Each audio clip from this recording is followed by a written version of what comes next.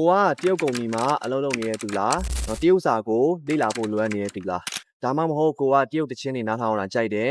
တရုတ်စကားတွေကိုကြည့်ရတာကြိုက်တယ်အဲ့အတွက်တရုတ်စကားတရုတ်စာကိုသင်ချင်တဲ့သူလားအဲ့လိုမျိုးဆိုရင်တော့အခုကျွန်တော်တို့စီမှာ online Chinese class ကိုလာတက်လို့ရပါတယ်အဲ့တော့ကျွန်တော်တို့ကအခြေခံနေပြီးတော့စနစ်တကျနဲ့တစ်ဆင့်ချင်းစီသင်ပေးတယ် level က9ခုရှိပါတယ် basic level 1 to 4ရှိတယ်ပြီးရင် intermediate level 1 to 3ဆိုပြီးတော့ရှိပါဒီ level 9ခုထိပြီးသွားပြီဆိုရင်တော့မိတ်ဆွေကဒီတရုတ်စာကိုအလဲလက်နီးပါးလောက်ထိကျွမ်းကျင်ပိုင်နိုင်သွားလိမ့်မယ်ကျွန်တော်တို့စီမှာ Facebook ကနေလည်းလေ့လာလို့ရတယ် application website ကနေလည်းလေ့လာလို့ရပါတယ်